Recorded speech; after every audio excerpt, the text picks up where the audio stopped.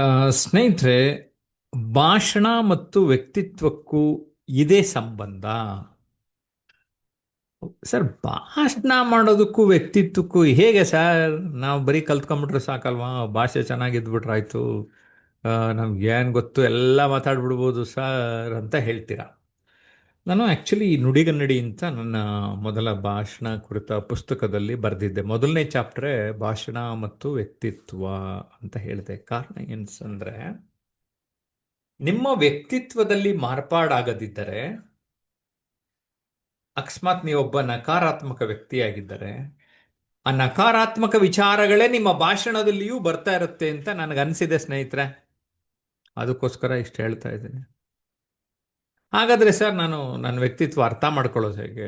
ವ್ಯಕ್ತಿತ್ವದ ಬಗ್ಗೆ ನಾನು ಯಾವ ಥರ ನಾನು ಭಾವಿಸ್ಬೇಕು ಅನ್ನೋದಕ್ಕೆ ನಾನೊಂದು 3 ಪುಸ್ತಕಗಳನ್ನು ಬರೆದಿರೋದನ್ನ ನಿಮ್ಮ ಜೊತೆ ಶೇರ್ ಮಾಡ್ತೇನೆ. ಓಕೆ. ಅದರಲ್ಲಿ ಆ 3 ಟೈಟಲ್ಲು ಕೂಡ ನಾನು ವ್ಯಕ್ತಿತ್ವ ಅನ್ನೋ ಹೆಸರಿಟ್ಕೊಂಡೇನೆ ಈ 3 ಪುಸ್ತಕ ಬರೆದಿದ್ದೇನೆ. ಅದನ್ನ ನಿಮಗೆ ಪರಿಚಯಿಸ್ತಾ ಇದ್ದೇನೆ. ಓಕೆ. ಯಾವುದು? ವ್ಯಕ್ತಿತ್ವ ದರ್ಪಣ, ವ್ಯಕ್ತಿತ್ವ ಪರಿವರ್ತನೆ ಮತ್ತು ವ್ಯಕ್ತಿತ್ವ ಚಂದನ. ಓಕೆನಾ? ವ್ಯಕ್ತಿತ್ವ ದರ್ಪಣ, ವ್ಯಕ್ತಿತ್ವ ಪರಿವರ್ತನೆ, ವ್ಯಕ್ತಿತ್ವ ಚಂದನ. ಅಂದ್ರೆ ವ್ಯಕ್ತಿತ್ವ ವ್ಯಕ್ತಿತ್ವ ಅಂತಾನೆ ಇಟ್ಕೊಂಡು ಬರೆದಿದ್ದೀನಿ. ಅದನ್ನ ಅರ್ಥ ಮಾಡ್ಸಕ್ ಟ್ರೈ ಮಾಡ್ತಾ ಇದ್ದೀನಿ. ವ್ಯಕ್ತಿತ್ವ ದರ್ಪಣ ಕೃತಿಯಲ್ಲಿ ನಾನು ಮುಖ್ಯವಾಗಿ 6 ಅಂಶಗಳನ್ನ ಪ್ರಸ್ತಾಪ ಮಾಡಿದ್ದೇನೆ ಸ್ನೇಹಿತರೆ. ಪುಟ್ಟದಾಗಿ ಹೇಳಿಬಿಡ್ತಾನೆ. 1, ಶಾರೀರಿಕ ವ್ಯಕ್ತಿತ್ವ. ಶಾರೀರಿಕ ವ್ಯಕ್ತಿತ್ವ ಅಂದ್ರೆ ದಿಸ್ ಈಸ್ ಅವರ್ ಬಾಡಿ, ಶರೀರ. Which is your permanent address in this life ಅಂದ್ರೆ ಯುವರ್ ಬಾಡಿ. ನೀವು ನಿಮ್ಮ ಶರೀರವನ್ನ ಚೆನ್ನಾಗಿ ನೋಡ್ಕೋಬೇಕು. ಶರೀರ, ಒಟ್ಟಾರೆ ಶರೀರ.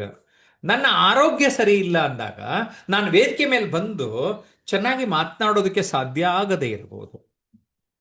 ಉದಾಹರಣೆಗೆ, ನನಗೆ ಉಸಿರಾಟದಲ್ಲಿ ಏನೋ ಸಮಸ್ಯೆ ಇದೆ ಅಂದರೆ ನಾನು ಸ್ವಲ್ಪ ಧ್ಯಾನ ಮಾಡಿ, ಪ್ರಾಣಾಯಾಮ ಮಾಡಿ ಏನೋ ಇಂಪ್ರೂವ್ ಮಾಡ್ಕೋಬೇಕು.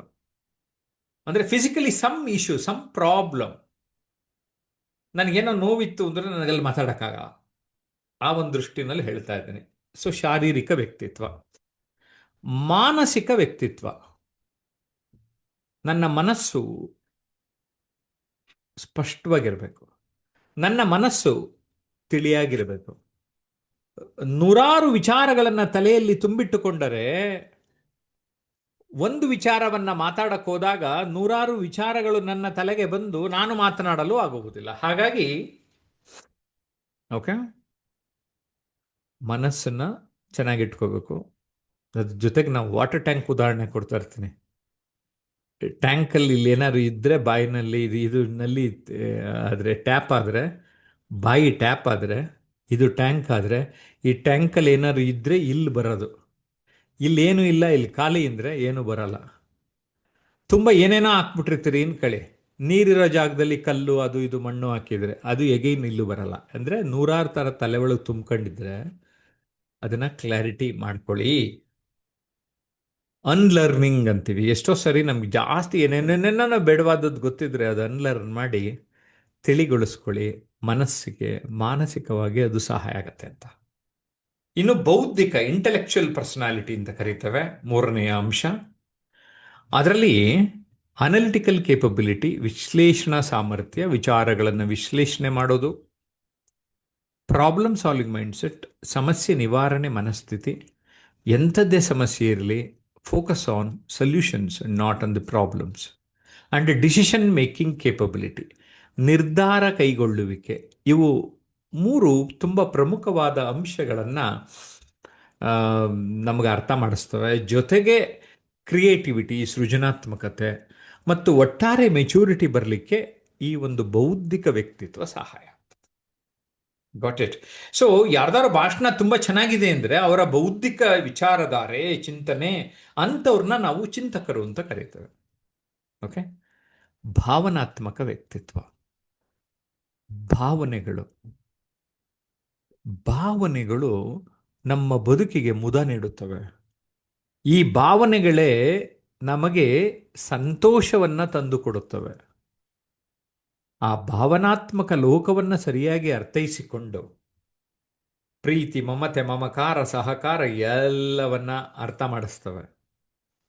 ಸ್ನೇಹ ಅಂದ್ರೆ ಏನು, ಮಮತೆ ಅಂದ್ರೇನು, ಮಮಕಾರ ಅಂದ್ರೇನು, ಪ್ರೀತಿ ಅಂದ್ರೇನು, ಇವೆಲ್ಲವನ್ನ ಅರ್ಥ ಮಾಡ್ಕೊಳ್ಳೋಕ್ಕೆ ಸಾಧ್ಯ ಆಗತ್ತೆ.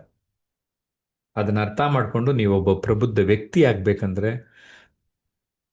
ನಾವು ಭಾವನಾತ್ಮಕ ವ್ಯಕ್ತಿತ್ವವನ್ನು ಬ್ಯಾಲೆನ್ಸ್ಡ್, ಸಮಚಿತ್ತತೆಯಲ್ಲಿ ನೋಡೋದಕ್ಕೆ ಸಾಧ್ಯ ಆಗ್ತದೆ.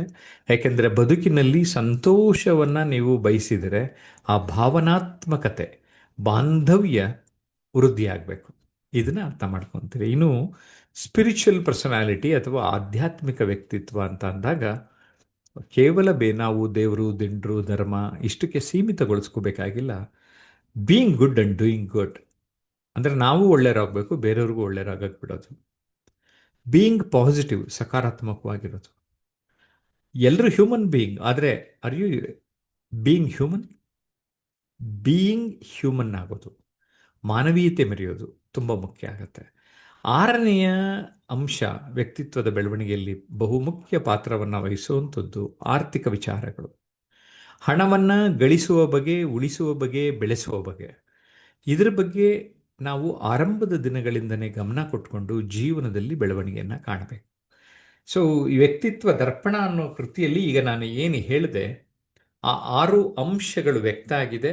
ಆ 6 ಅಂಶಗಳದನ್ನು ಬ್ಯಾಕ್ ಆ್ಯಂಡ್ ಕವರ್ ಪೇಜಲ್ಲಿ ಕ್ಲಿಯರಾಗಿ ಮೆನ್ಷನ್ ಮಾಡಿದ್ದೀನಿ, 6 ಅಂಶ. ಅದ್ರ ಜೊತೆಗೆ ಇನ್ನು 4 ಅಂಶ ಹೇಳಿದ್ದೇನೆ, ಅದನ್ನು ನಿಮಗೆ ಗೊತ್ತಿರಲಿ ಅಂತ ಹೇಳ್ತೇನೆ. ನಾನು, ನನ್ನ ಕುಟುಂಬ, ನನ್ನ ಸಂಸ್ಥೆ, ನನ್ನ ಸಮಾಜ. ಈ 4 ಅಂಶಗಳ ಜೊತೆಗೆ ಆ 6 ಅಂಶಗಳನ್ನು ತಾಳೆ ಹಾಕ್ಕೊಂಡು ನಿಮ್ಮ ಜೀವನನ ಪಾವನ ಮಾಡ್ಕೊಳ್ಳಿ ಅಂತ ಹೇಳ್ತೇನೆ.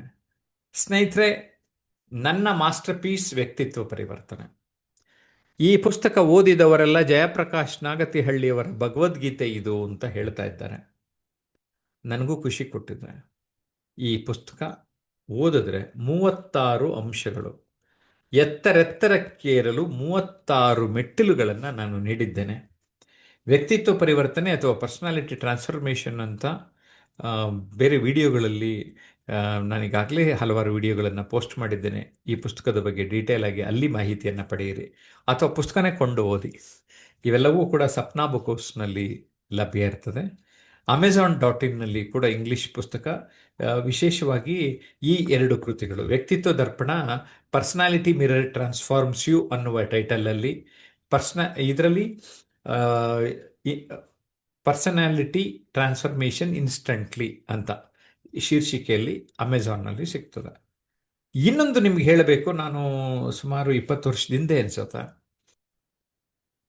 ವ್ಯಕ್ತಿತ್ವ ವಿಕಸನಕ್ಕೆ ಪೂರಕವಾದ ಕೆಲವು ಟಿವಿ ಶೋಗಳು ಆಯಿತು. ಅದರಲ್ಲಿ ಕೆಲವು ಈ ಯೂಟ್ಯೂಬ್ನಲ್ಲಿದೆ. ಚಂದನ ಟಿವಿಯಲ್ಲಿ ನಾನು ವ್ಯಕ್ತಿತ್ವಕ್ಕೆ ಸಂಬಂಧಿಸಿದ ಕೆಲವು ಸಂದರ್ಶನಗಳನ್ನು ಮಾಡಿದ್ದೆ.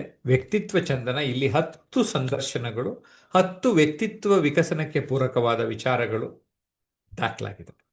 ಈ 3 ಕೃತಿಗಳು ವ್ಯಕ್ತಿತ್ವವನ್ನು ನೀವು ಅರ್ಥ ಮಾಡಿಕೊಳ್ಳೋದಕ್ಕೆ ಸಾಧ್ಯ ಆಗುತ್ತೆ ಅಂತ ನಾನಂತೂ ಭಾವಿಸಿದ್ದೇನೆ. ನಮ್ಮ ಸ್ನೇಹಿತರನ್ನ ಕೇಳಿದಾಗ ನಮ್ಮ ವ್ಯಕ್ತಿತ್ವ ಮತ್ತು ಭಾಷಣಕ್ಕೆ ಹೇಗಾರ ಸಂಬಂಧ ಇದೆ ಅಂತ ಅಂದರೆ ಯಾರ್ಯಾರು ಏನೇನು ಹೇಳಿದ್ದಾರೆ ನೋಡೋಣ. ಇಲ್ಲಿ ದೇವರಾಜ್ ಗೌಡ ಅವರು ಭಾಷಣಕ್ಕೂ ವ್ಯಕ್ತಿತ್ವಕ್ಕೆ ಸಂಬಂಧಕ್ಕೂ ಅವಿನಾಭಾವ ಸಂಬಂಧವಿದೆ, ಇವೆರಡು ಒಂದು ನಾಣ್ಯದ 2 ಮುಖಗಳಿದ್ದಂತೆ ಅಂತ ಹೇಳಿದಿರಿ. ದೇವರಾಜ್, ಗುಡ್. ವ್ಯಕ್ತಿಯ ಮನೋಭಾವ ಅಂತ ಹೇಳಿಕೊಟ್ಟಿದ್ದೀರಿ ಅನಿಸುತ್ತೆ, Katteri Swamy. Okay, good. Then Ranjitha, ಹೌದು ಸರ್, ನಾವು ಸುಳ್ಳಾಗಿದ್ದು ಸತ್ಯದ ಬಗ್ಗೆ ಮಾತಾಡೋಕ್ಕಾಗಲ್ಲ. ಗುಡ್. ನಾವು ಹೇಗಿರ್ತೀವೋ ಅದರ ಮೇಲೆ ಡಿಪೆಂಡ್ ಆಗುತ್ತೆ. ಚೆನ್ನಾಗಿ ಅರ್ಥ ಮಾಡ್ಕೊಂಡಿದ್ದಾರೆ ರಂಜಿತಾ. ಇನ್ನೊಬ್ಬರು ಮಧುಮತಿ ಪಾಟೀಲ್, ಮನುಷ್ಯನ ವ್ಯಕ್ತಿತ್ವ ಉತ್ತಮವಾಗಿದ್ದರೆ ಭಾಷಣವು ನಮ್ಮ ವ್ಯಕ್ತಿತ್ವವನ್ನು ತೋರಿಸುತ್ತದೆ. ಗ್ರೇಟ್. ನಮ್ಮ ವ್ಯಕ್ತಿತ್ವವೇ ಕೈಗನ್ನಡಿ ಅಂತ ಮಧುಮತಿಯವರು ಮತ್ತೆ ಹೇಳಿದ್ದಾರೆ. ಸುದರ್ಶನ್ ಅವರು, ನಾವು ಹೇಗಿರುತ್ತೇವೆ ಹಾಗೆ ನಮ್ಮ ಮಾತುಗಳು ಮತ್ತು ಪದಗಳಿರುತ್ತವೆ. ದೆನ್ ಮಂಟೇಶ್ ಅವರು, ಪದಗಳ ಬಳಕೆ ಮುಖ್ಯ ಸರ್ ಅಂತ ಹೇಳಿದ್ದೀರಿ.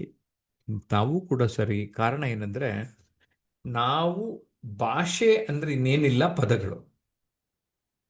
ಆ ಪದಗಳ ಗುಚ್ಛ ಒಂದು ವಾಕ್ಯ ಆಗ್ತದೆ. ಆ ಪದಗಳಿಗೆ ಜೀವ ನೀಡಿ ನಿಮ್ಮ ಒಂದು ಸಾರ್ಥಕ ಭಾವನೆ ನಿಮ್ಮಲ್ಲಿ ಆಗ್ತದೆ. ಸೊ ಇಷ್ಟೊತ್ತರೆಗೂ ನಾವು ಅರ್ಥ ಮಾಡ್ಕೊಂಡ್ವಿ ಭಾಷಣ ಮತ್ತು ವ್ಯಕ್ತಿತ್ವಕ್ಕೂ ಇದೇ ಸಂಬಂಧ ಅಂತ. ನಿಮ್ಗೇನು ಅನ್ನಿಸ್ತು ಅಂತ ನೀವು ಇನ್ನೊಂದ್ಸರಿ ನಿಮ್ಗೇನು ಅನಿಸುತ್ತೋ ಕಾಮೆಂಟ್ ಮಾಡಿದ್ರೆ ನಾನೆಲ್ಲ ಕಾಮೆಂಟ್ ನೋಡ್ತಾ ಇರ್ತೇನೆ. ಜಯಪ್ರಕಾಶ್ ನಾಗ್ತಿಹಳ್ಳಿ ಮತ್ತು ಟ್ರಾನ್ಸ್ಮಿಷನ್ ಅನ್ಲಿಮಿಟೆಡ್ ಯೂಟ್ಯೂಬ್ ಚಾನಲ್ ಎರಡನ್ನೂ ಸಬ್ಸ್ಕ್ರೈಬ್ ಮಾಡಿ, ಲೈಕ್ ಮಾಡಿ, ಫಾರ್ವರ್ಡ್ ಮಾಡ್ತಾ ಇರಿ. Thank you.